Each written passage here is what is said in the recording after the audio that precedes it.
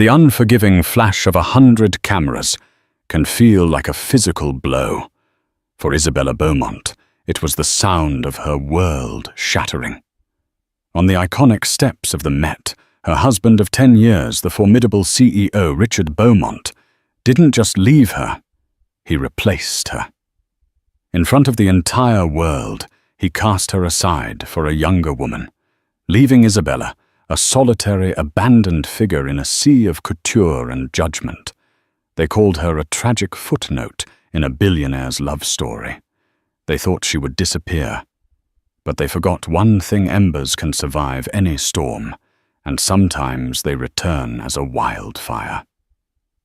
The air on the first Monday in May always crackled with a unique kind of energy, a potent cocktail of old money, new fame, and the silent, vicious judgment of the global elite. For Isabella Beaumont, the annual Met Gala had always been the pinnacle of this world, a night she meticulously planned for months.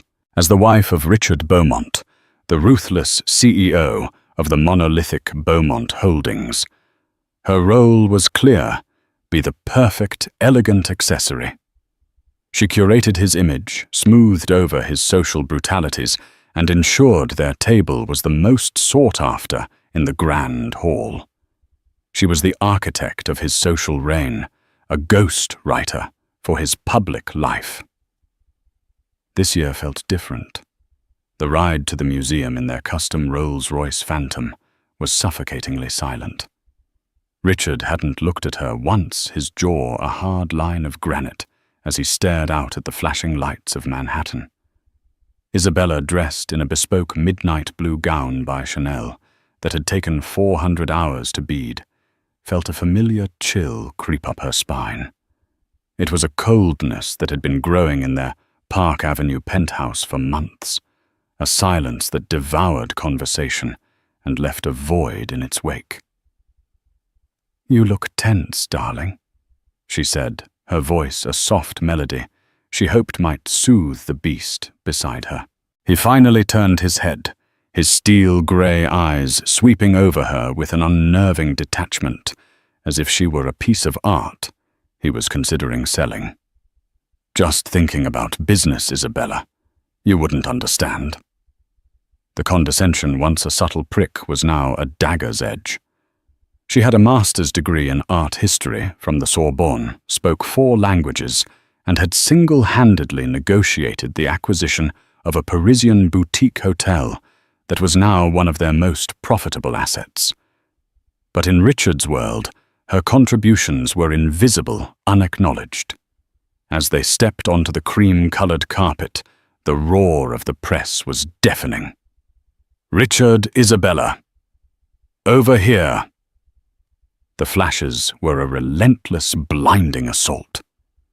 Richard's hand was on her lower back, a proprietary gesture that felt less like affection and more like ownership. He smiled his predator's smile for the cameras, a perfect performance of a man in control. Isabella mirrored him, her own smile, a fragile mask she had perfected over a decade. They were halfway up the grand staircase when he stopped.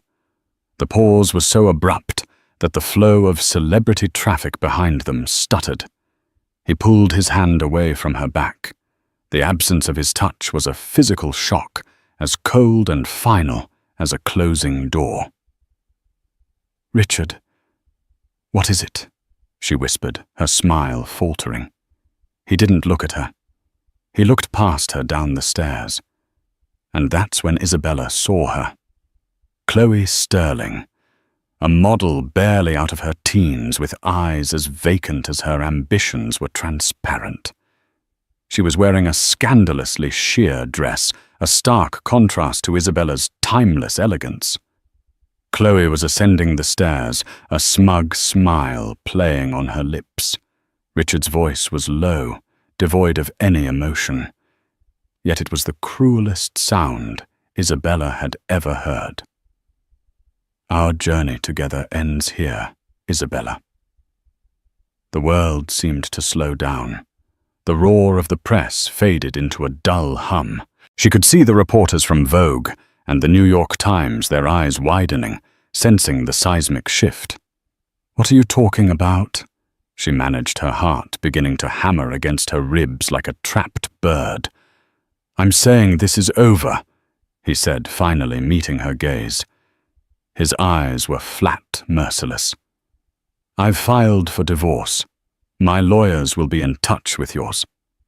Chloe is my date for the evening." He turned his back on her. He walked down 2 steps and took Chloe's waiting hand, pulling her up to his side. He kissed Chloe, a possessive, performative act for the world to see right there on the steps of the Metropolitan Museum of Art. And then together they continued up the stairs, leaving Isabella standing completely, utterly alone. For a moment that stretched into an eternity, she was frozen, a statue of discarded grace. Then the cameras, realizing what had just happened, turned on her. The flashes became frantic, hungry. The questions were shouted sharp and brutal. "Isabella, is it true? Did he just leave you on the red carpet?" "Mrs. Beaumont, what are your thoughts on Chloe Sterling?" Every flash felt like a stone being thrown. Every shouted question was a new crack in her crumbling facade. She could feel the pitying stares from Anna Wintour, the schadenfreude-laced glances from rival society wives. She was no longer Isabella Beaumont, wife of a titan. She was a spectacle, a tragedy in real time. Her breath hitched. The magnificent gown felt like a lead weight. With a strength she didn't know she possessed, she turned, ignoring the cacophony. She did not run. She walked, head held high, back down the stairs through the gauntlet of gawking celebrities and ravenous press, each step an agony of public humiliation. She didn't look back. She couldn't.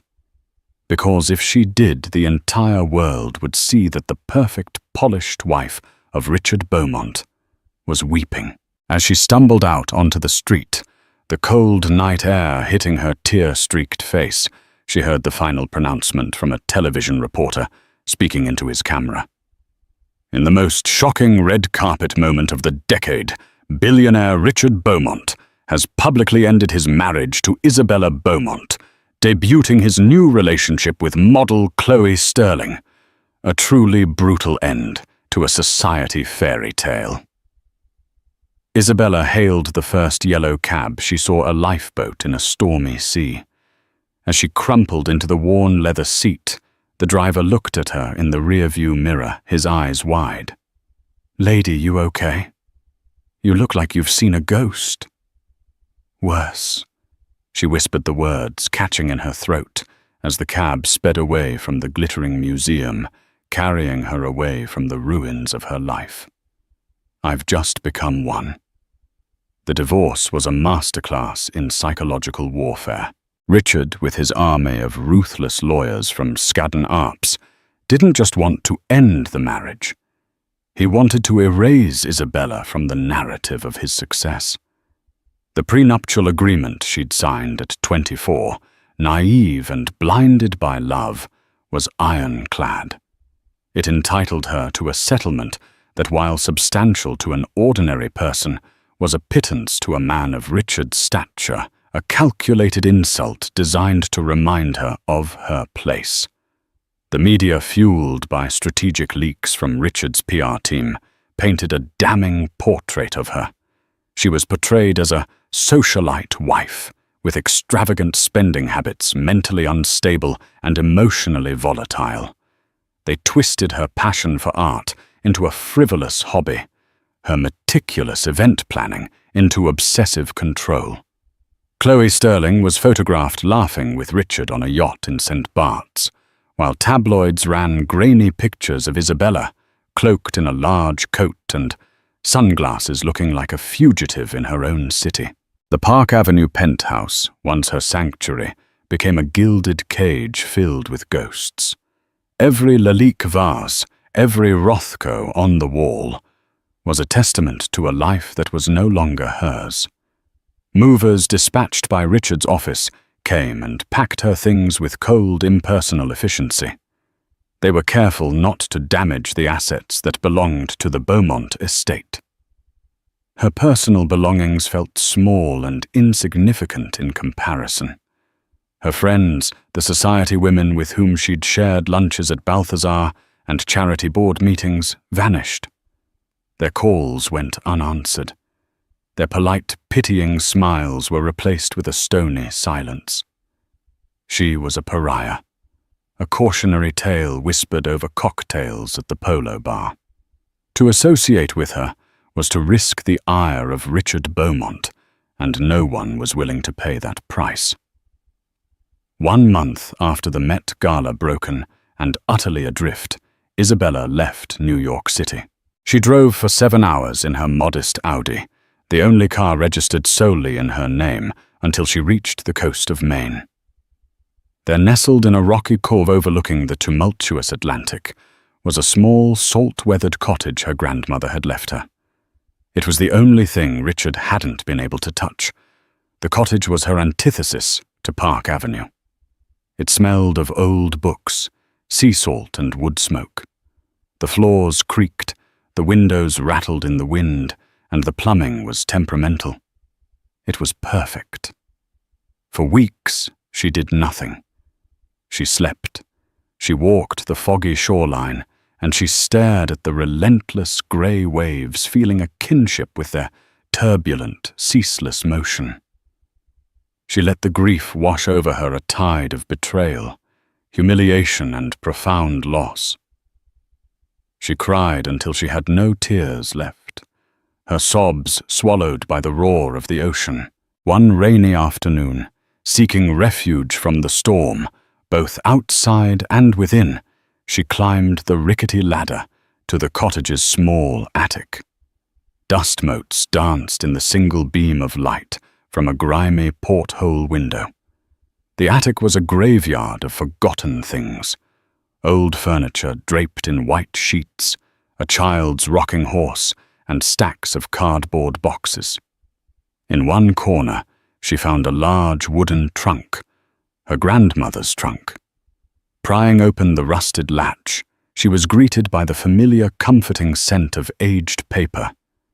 Inside were not old clothes or keepsakes, but her own forgotten life. There were her college textbooks on Florentine art, her dissertation on the female painters of the Baroque period, and notebooks filled with her meticulous, elegant script, detailing her research and her passionate original theories. She had been brilliant, a rising star in her academic field, the youngest person to ever be offered a fellowship at the Uffizi Gallery in Florence. She had given it all up for Richard. He had called her passion a cute hobby, but had insisted that the wife of a man like him couldn't have a job. Her place was by his side, and she, so in love, had agreed. She had packed her ambitions away in this very trunk, believing that his life was now hers. Flipping through the pages of a notebook, her fingers traced a sketch she had made of Artemisia Gentileschi's Judith slaying Holofernes. She remembered the fire she had felt studying that painting, a raw depiction of female rage and righteous vengeance. A small, unfamiliar feeling began to flicker in the cold, empty space in her chest. It wasn't happiness, not yet. It was something harder, something sharper. It was indignation. She had allowed him to diminish her. She had let him convince her that her only value was as a reflection of his own greatness. He hadn't just taken her home and her name. He had tried to take her very identity. That night, for the first time in months, she didn't just sleep. She dreamt. She dreamt of gilded frames and the smell of oil paint, of dusty archives, and the thrill of discovery. She dreamt of the woman she was before she became Mrs. Beaumont. The next morning, the storm had broken. A sliver of pale sun cut through the clouds, illuminating the sea. Isabella made a pot of coffee, sat down at the old wooden desk, overlooking the ocean, and opened a fresh notebook. She uncapped a pen, its click echoing in the quiet cottage. At the top of the page, she wrote not Isabella Beaumont, but her maiden name, the name of the woman who had once been promised a fellowship at the Uffizi, Isabella Rossi. And beneath it, she wrote her first title in over a decade, The Unseen Hand, Patronage and Power in the Medici Courts. The storm inside her was far from over, but for the first time she wasn't drowning. She was learning to build a lighthouse. The quiet solitude of the Maine coast became Isabella's crucible. The days melted into a routine governed not by social calendars, but by her own burgeoning intellectual curiosity. She rose with the sun, walked the beach as the morning mist rolled off the Atlantic, and then spent 10, 12, sometimes 14 hours a day hunched over her research. The world of Renaissance art, which she had abandoned for a decade, welcomed her back like a long-lost friend. She converted the small sunroom of the cottage into a study, lining the walls with second-hand bookshelves that soon overflowed. She used a portion of her settlement to acquire rare auction catalogues, scholarly journals, and obscure historical texts. Her mind, once dulled by years of small talk and society gossip, sharpened to a razor's edge. She was reconnecting with the part of herself she had been forced to amputate to fit into Richard's world. After 3 months of intense private work, she felt a stirring of something she hadn't felt in years: ambition. She wanted to share her discoveries, to re-enter the conversation she had been absent from for so long. But the academic world was insular, and the name Isabella Beaumont was now toxic, synonymous with tabloid scandal. She needed a new platform, a way to build a reputation based purely on the merit of her work. She decided to start a blog. It felt modern, accessible, and crucially it allowed her a degree of anonymity. She called it the Gilded Brush. Her first post was an incisive, brilliantly argued piece on the misattribution of a minor work long thought to be from the studio of Titian. Using stylistic analysis and cross-referencing pigment sourcing from 16th century Venetian shipping manifests a research angle. No one had explored, she argued compellingly, that it was actually the work of a forgotten female artist, Irene di Spilimbergo. She published the post under the simple, academic-sounding byline, I, Rossi. For a week there was silence. Then a single comment appeared.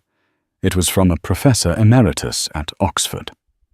A fascinating and audacious claim, Ms. Rossi. You may be onto something. That one comment was like a crack of lightning. Slowly, others followed. Art historians, curators, and serious collectors began to take notice.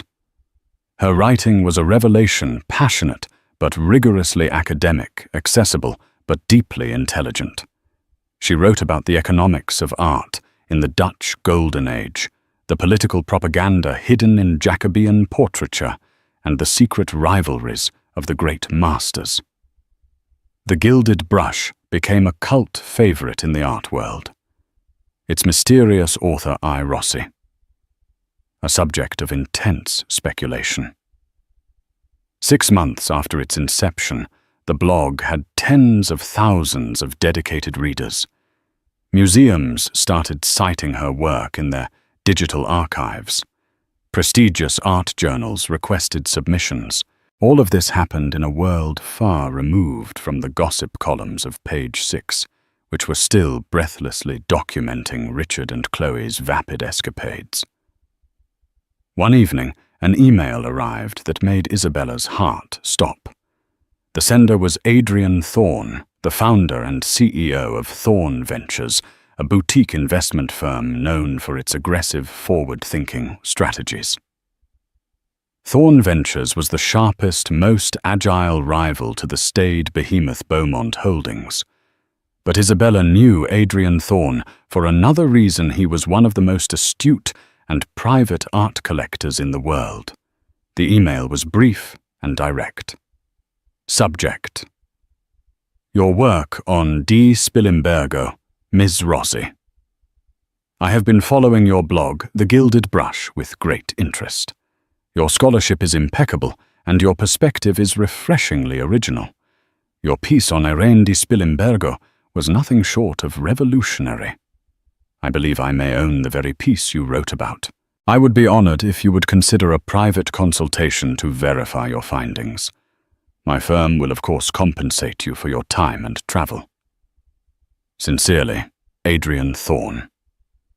Isabella stared at the screen, her mind racing. This was it. This was the bridge from her isolated cottage back into the world, not as a disgraced wife, but as a respected expert. It was a chance to prove her worth on her own terms. But it also meant stepping out from behind the anonymity of I, Rossi. It meant facing the world, a world that might still see her as Richard Beaumont's pathetic ex-wife. And there was another complication. Adrian Thorne was Richard's most significant business rival. Their enmity was the stuff of Wall Street legend. For her to work with him would be seen as a profound act of betrayal by some and a declaration of war by others. A year ago, the thought would have terrified her. She would have worried about how it looked about Richard's reaction. But as she looked around her sunroom, at the books that were now her friends, and the words that were now her armor, she felt a surge of defiant strength. Richard had never cared about how his actions looked to her. He had never considered her feelings. Why should she still be living her life in the shadow of his ego? She took a deep breath, her fingers hovering over the keyboard. Then, with a steady hand, she began to type her reply. Mr. Thorne. Thank you for your kind words. I would be delighted to arrange a consultation. Sincerely, Isabella Rossi. She hit send before she could second-guess herself. The sea breeze blew in through the open window, carrying the scent of salt and new beginnings. The game had just changed. 2 weeks later, Isabella stood before the gleaming steel and glass headquarters of Thorne Ventures in downtown Manhattan. The building was a statement, sleek, modern, and audacious, a stark contrast to the heavy neoclassical monolith that housed Beaumont Holdings. Taking a deep breath to steady her nerves, she walked through the revolving doors. The interior was more like an art gallery than a corporate office. A massive Anselm Kiefer painting dominated the lobby, and the receptionist sat behind a desk that looked like a Zaha Hadid sculpture. Everything about the place spoke of a modern, refined taste that was worlds away from Richard's ostentatious displays of wealth. She was led directly to the top floor. Adrian Thorne's office was a corner suite with panoramic views of the city, but Isabella's eyes were immediately drawn to the painting hanging on the wall behind his desk. It was the Titian, or rather the D. Spilimbergo. It was more vibrant and emotionally resonant in person than any photograph could convey. Adrian Thorne rose from his desk to greet her. He was younger than Richard, perhaps in his early 40s, with dark, intelligent eyes that held a hint of amusement. He was dressed in a tailored suit, but wore no tie, projecting an air of relaxed confidence. "Miss Rossi," he said, his voice a warm baritone. He extended a hand. "Adrian Thorne, it's a genuine honor to meet the mind behind the gilded brush." "The honor is mine, Mr. Thorne. Thank you for inviting me," Isabella replied, her voice steady, despite the flutter in her stomach. There was no flicker of recognition in his eyes, no sign that he saw her as the disgraced wife from the tabloids. He saw her as I, Rossi the scholar. It was an incredibly liberating feeling. "Please call me Adrian," he said, gesturing to a pair of leather chairs near the painting. "So this is the lady in question. Tell me everything?" For the next 2 hours, Isabella lost herself in her passion. She spoke about the subtle brushwork, the unique composition of the lapis lazuli pigment in the subject's robes, and the painting's provenance, which she had painstakingly traced through centuries of private sales. Adrian listened intently, asking sharp, insightful questions. He wasn't just a man who bought art. He was a man who understood it. "It's conclusive," she finished, her voice filled with conviction. "The brushwork is identical to the 2 other confirmed works by D. Spilimbergo. This isn't just from Titian's studio. This is her masterpiece." Adrian stared at the painting for a long moment, a slow smile spreading across his face. "Incredible. I've had a dozen so-called experts look at this piece, and they all told me what I wanted to hear. It's a Titian. You're the first person to tell me the truth." He turned his gaze back to her, and his eyes were full of genuine admiration. "You have an extraordinary gift, Isabella." He had used her first name, and for the first time she felt he might know who she was. She braced herself for the inevitable question about Richard, but it never came. Instead, he said, "This brings me to my real reason for inviting you here. I am in the process of establishing a philanthropic foundation dedicated to acquiring and promoting the work of historically overlooked female artists. I need a director to shape its vision, to lead the research, and to curate the collection. Someone with integrity, a brilliant eye, and the courage to challenge the established consensus. I want you." Isabella was speechless. A foundation, her own collection to build. It was a dream she had never even dared to entertain. "Mr. Thorne, Adrian, I don't know what to say," she stammered. "Say you'll consider it," he said gently. "The position would give you complete autonomy and a substantial budget. We would provide you with a research team, a lab, and a gallery space right here in this building." It was an offer that would not only restore her career, but elevate it to heights she had never imagined. It would also place her in direct opposition to her former life. Richard was a major patron of the Met, his name emblazoned on a wing. For his ex-wife to helm a new rival foundation, backed by his biggest competitor, would be a public declaration of war. As if reading her mind, Adrian's tone became more serious. "I'm aware of your history, Isabella. I won't pretend I'm not. To be frank, it's one of the reasons I sought you out. Richard Beaumont has underestimated talented people his entire life, especially women. I have a feeling he made the biggest mistake of his career when he underestimated you. His loss could be my foundation's greatest gain." There was no pity in his voice, only respect and opportunity. He wasn't offering her a handout. He was offering her a throne of her own. Meanwhile, at Beaumont Holdings, the cracks were beginning to show. Richard had always relied on Isabella's intuitive understanding of people and culture to seal his international deals. She was the one who knew which government official's wife was a fan of a particular jewelry designer, or which obscure cultural custom to observe to show respect. With Chloe by his side, who was more interested in photo opportunities than diplomatic subtleties, a massive deal for a luxury resort development in Japan had just collapsed. The Japanese partners cited a lack of cultural synergy and a disrespectful presentation, a presentation Chloe had insisted on modernizing. The loss was a staggering 9-figure blow to the company's prestige and bottom line, sending tremors through the boardroom. Richard was furious, but he was blind to the true cause of the problem, the absence of the silent partner who had always been his greatest asset. Isabella looked from Adrian's earnest face to the masterpiece on the wall, a work of genius by a woman history had tried to forget. She thought of the cottage in Maine of the anonymous blog, and of the woman she was becoming. She was done being silent. She was done being invisible. "Adrian," she said, her voice clear and strong. "I accept." A grin spread across his face, lighting up his entire demeanor. "Excellent. Welcome to the Thorn Foundation Director, Rossi. I think we're going to make history." The announcement of the Thorn Foundation with Isabella Rossi as its inaugural director sent a shockwave through the worlds of art, business, and society. The story was irresistible.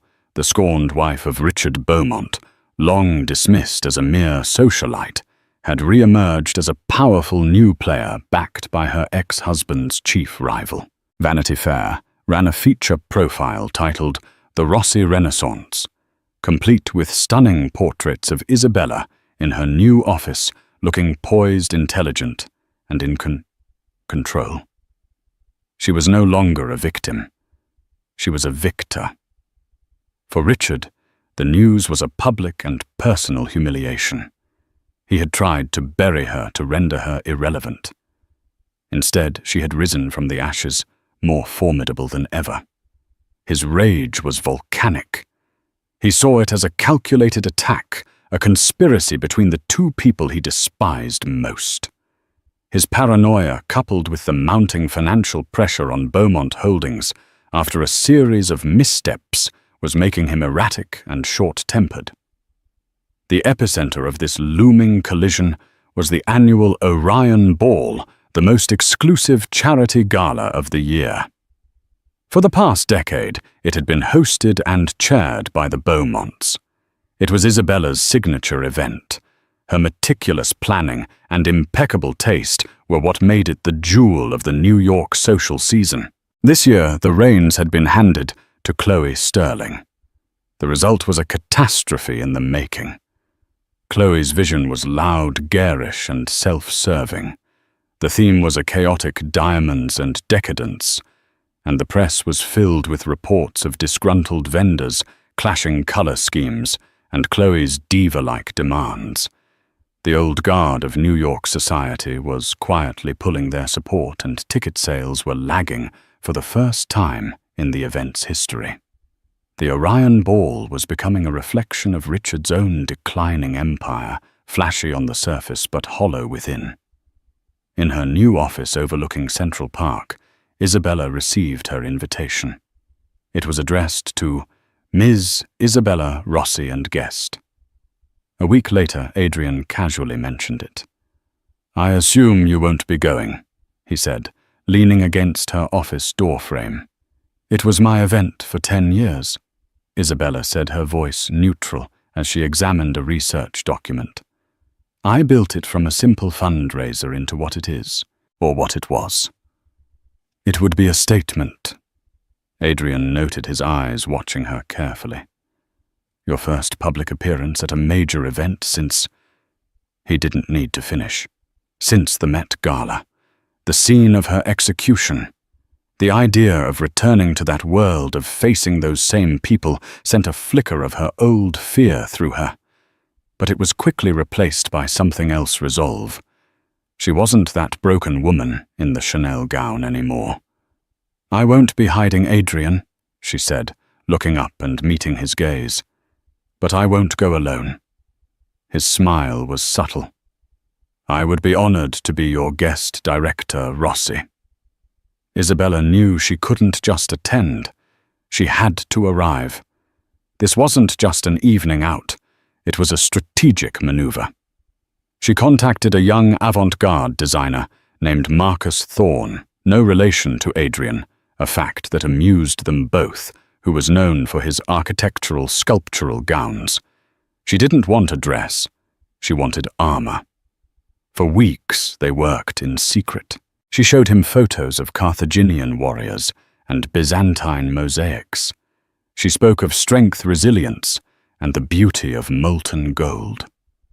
The result was a masterpiece. The gown was crafted from a liquid gold lamb that shimmered and moved like it was alive. It was deceptively simple in its silhouette, a high neck, long sleeves, and a column skirt that pooled at the floor. But its power was in its texture, and its unapologetic, brilliant radiance. It was the color of a crown, of a treasure unearthed. The night of the Orion Ball arrived. The ballroom at the plaza was a chaotic mess of Chloe's design ice sculptures, dripped onto priceless rugs, and the floral arrangements were aggressively large. Richard, looking strained and older than his years, was on stage attempting to give the opening remarks. His speech was stilted, his usual charisma gone, replaced by a desperate, blustering energy as he tried to rally support for a new Beaumont Holdings project. And it is with this vision of the future, he was saying, his voice echoing slightly in the half-empty room, that Beaumont Holdings will continue to lead. At that exact moment, the grand doors at the back of the ballroom swung open. A collective gasp rippled through the crowd. Heads turned, conversations halted. Richard faltered mid-sentence, his eyes following the gaze of his audience. Framed in the doorway stood Isabella. She was a vision of pure molten gold. The gown caught the light from the chandeliers, bathing her in a halo of brilliance. Her hair was swept back in a severe, elegant chignon, showcasing a pair of simple diamond earrings, the only jewelry she wore. Her face was serene, her posture perfect. She wasn't just wearing a dress. She was inhabiting it. Beside her, Adrian Thorne was a figure of quiet strength, his hand resting lightly on her back. The press, who had been huddled by the bar complaining about the event, suddenly surged forward. The sound was like a sudden crack of thunder, the frantic, hungry clicking and flashing of dozens of cameras all aimed at one person. The flashes bounced off her golden gown, creating a dazzling, almost blinding spectacle. On stage, Richard Beaumont was frozen. His mouth hung slightly open. The teleprompter continued to scroll, but he had lost his place, lost his voice. All he could see was the woman he had thrown away, standing in the doorway of his failing party, looking not like a ghost from his past, but like the queen of a new and better kingdom. She met his shocked gaze from across the room, and for the first time in more than a year, she gave him a small, knowing, and utterly triumphant smile. The king had been checkmated in his own castle. The effect of Isabella's arrival was cataclysmic. She and Adrian didn't just enter the room, they conquered it. Within minutes they were surrounded by the very people who had shunned her a year ago. Bankers, artists, and society matriarchs who had once ghosted her calls were now falling over themselves to praise the Thorne Foundation, to compliment her gown, to simply be seen in her orbit. Power, she realized, was a more compelling currency than history. She was no longer Richard's ex-wife. She was the woman who had Adrian Thorne's ear. From his position on the stage, Richard watched the scene unfold with a fury that was nearly apoplectic. He aborted his speech, mumbling a few concluding remarks to a distracted audience, and stormed off the stage, his face a thunderous mask. Chloe, looking flustered and cheap in her garish diamond-encrusted dress, hurried after him. "Richard, what do we do?" she hissed, grabbing his arm. "She's ruining everything. Stay away from her," Richard snarled, shaking her off. "I'll handle this." He cut a swath through the crowd, his presence parting the sea of guests until he stood before Isabella. Adrian, sensing the confrontation, subtly positioned himself at her side, a silent guardian. "Isabella," Richard began, his voice a low growl. "What a surprise. I didn't think you'd have the nerve to show your face here." Isabella met his rage with a calm that was more unnerving than any shouted reply. "Hello, Richard. You seem tense. Are things not going as planned?" She gestured vaguely at the garish decorations. "This is all very Chloe." The insult, delivered with such cool precision, struck a nerve. "You think this is funny?" he shot back. "Coming here on the arm of this vulture, trying to sabotage my event? Your event seems to be sabotaging itself just fine. Adrian interjected smoothly, his voice dangerously mild. And I'd watch who you're calling a vulture, Richard, especially when your own company is starting to look a lot like carrion. Richard's face flushed a deep red. You stay out of this, Thorn. This is between me and my wife. Ex-wife, Isabella corrected him, her voice like a chip of ice. And you have no right to speak to me or about me any longer. You forfeited that right on the steps of the Met. For a moment, Richard looked genuinely stunned, as if he couldn't comprehend her defiance. He was so accustomed to her placating him, to her absorbing his anger. He tried a different tactic, his voice dropping into a mock, sympathetic tone. Look at you, Isabella, dressed up in a ridiculous costume, playing businesswoman. Do you really think this little act will last? You're nothing without the Beaumont name. It was his final, most desperate weapon, the attempt to diminish her, to remind her of the scared, broken woman she once was. But that woman was gone. You're wrong, she said, her voice ringing with a newfound clarity and strength that silenced the onlookers who had gathered to watch the drama. I was never nothing. My mistake was thinking I needed your name to be something. The truth, Richard, is that you were the one who needed me. And then Adrian delivered the killing blow. She's right, you know, he said, a look of clinical pity on his face. Take the Ato Corp deal in Japan. You lost nearly $1 billion in projected revenue because you and your associate... He glanced dismissively at Chloe, who was hovering nearby. Managed to offend Mr. Tanaka by presenting him with a gift using your left hand. A catastrophic insult. Richard stared at him bewildered. How could you possibly know that? Because Isabella told me, Adrian said. She told me that Mr. Tanaka was a stickler for traditional etiquette. She told me his wife was an admirer of the 18th century ceramicist Otagaki Rengetsu. So when I met with him last week, I presented Mrs. Tanaka with a rare Rengetsu tea bowl, using my right hand, of course. Thorn Ventures signed an exclusive partnership with Ito Corp yesterday morning. It would seem Isabella's cute hobby of understanding culture just made my company $1 billion. The revelation hit Richard like a physical blow. He staggered back, his face ashen. All this time he had been failing without understanding why. It was her.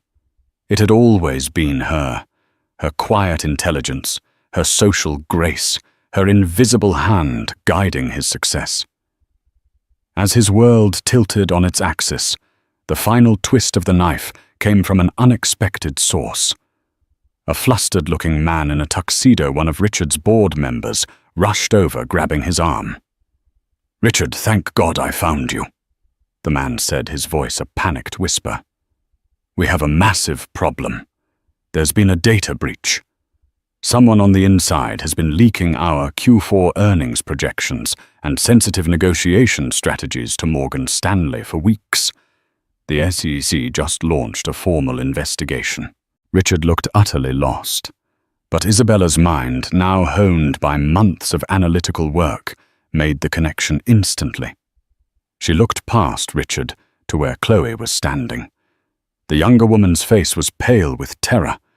She was discreetly trying to slip her phone into her purse, but not before Isabella saw the Morgan Stanley logo on an open email app.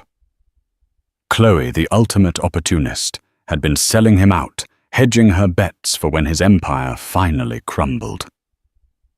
Isabella looked at Richard, a defeated, bewildered man betrayed by the woman for whom he had destroyed his own marriage and outmaneuvered by the wife he had so arrogantly discarded.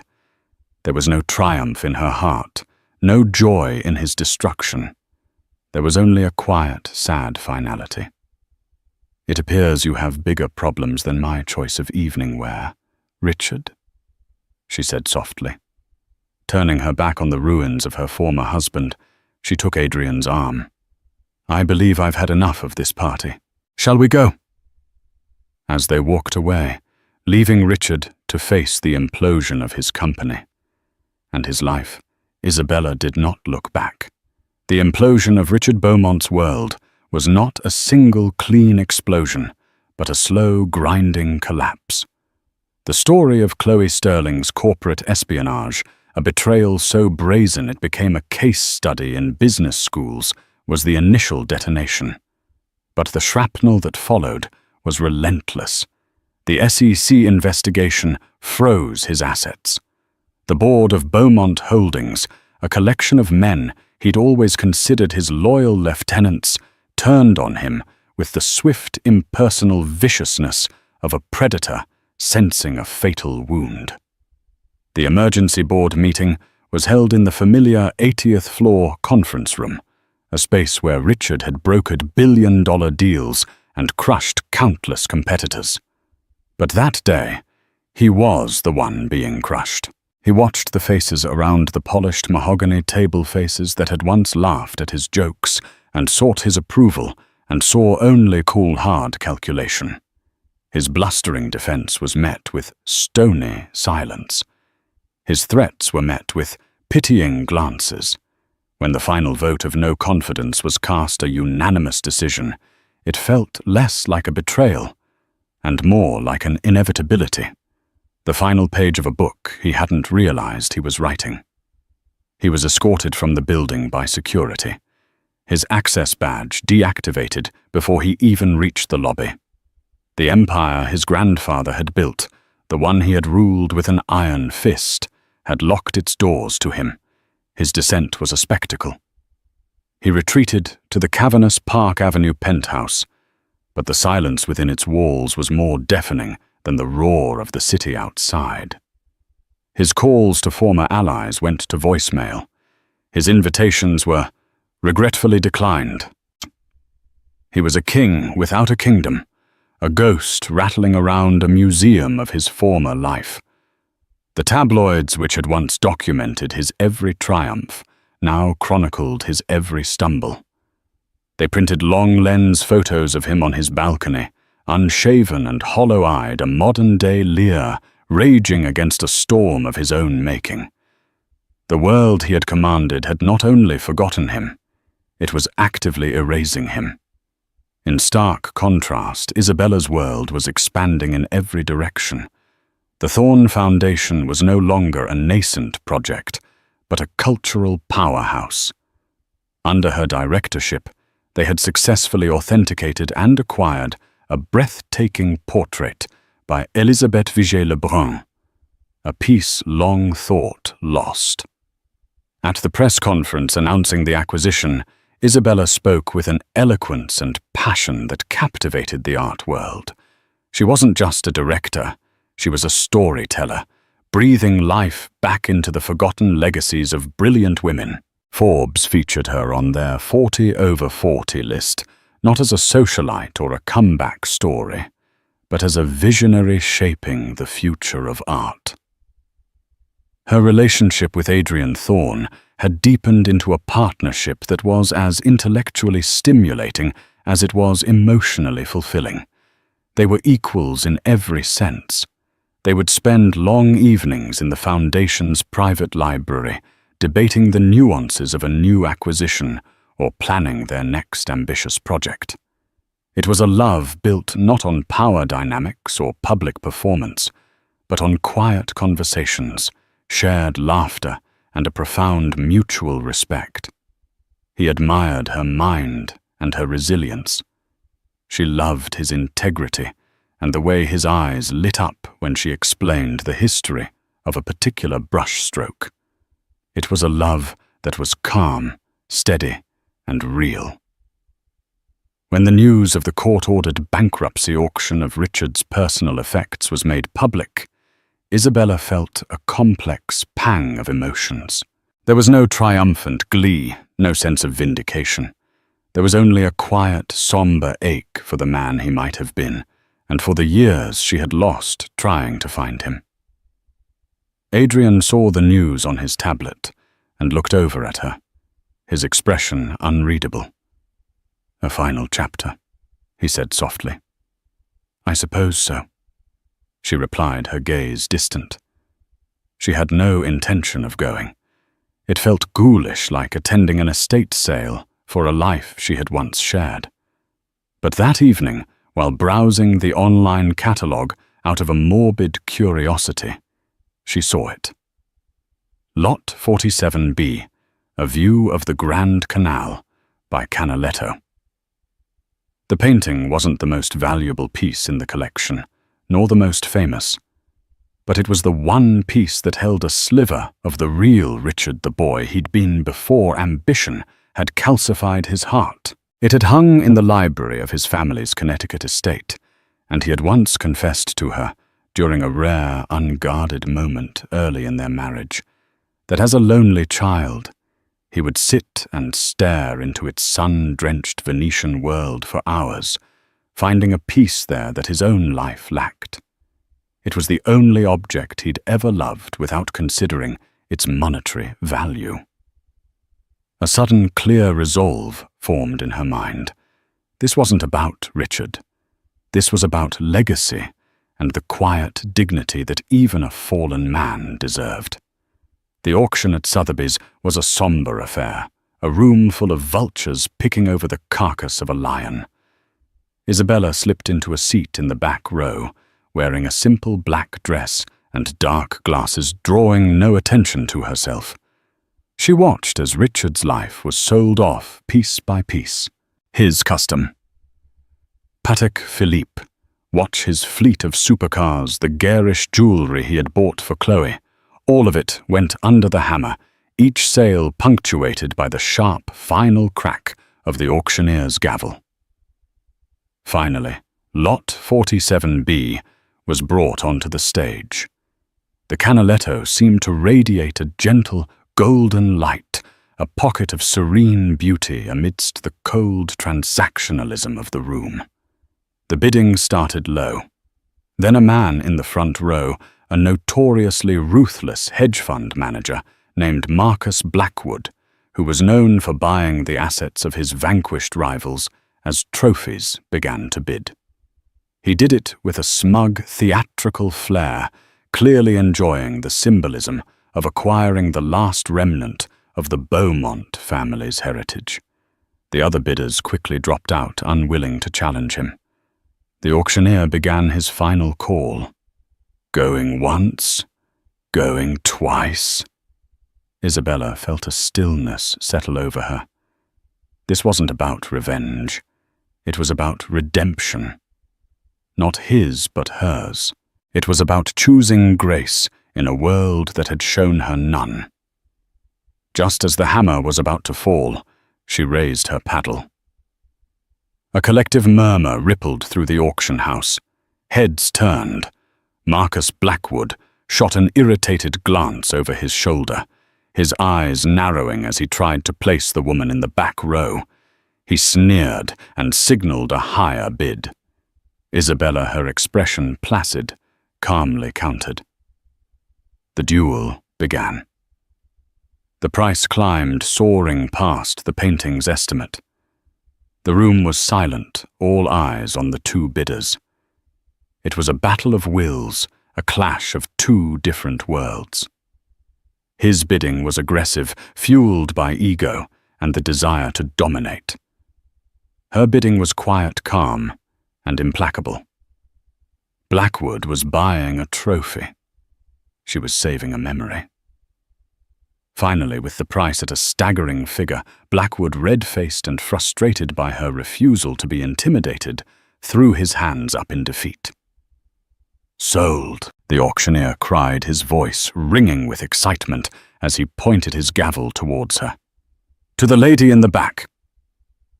A week later, a plain, unmarked van pulled up to a discreet high-end rehabilitation center in the rolling hills of Connecticut. A large, securely wrapped package was delivered to the front desk with instructions to give it to their newest resident. In a small, Spartan room, the man who was once Richard Beaumont accepted the package. He was thinner now, the arrogance stripped from his features, leaving behind a weary, haunted emptiness. He assumed it was from his lawyers, another document to sign another piece of his old life being legally severed. He tore away the wrapping with listless fingers, and then he froze. It was the Canaletto, the familiar sunlit vista of Venice, the scene of his only childhood solace. He ran a trembling hand over the ornate frame, his mind reeling in confusion. Who would do this? Why? He carefully lifted the painting, and as he turned it over, a small cream-colored envelope fell to the floor. He picked it up. There was no name, no sender. Inset on a simple card were 3 words written in the elegant, perfect script he knew as well as his own. Everyone deserves peace.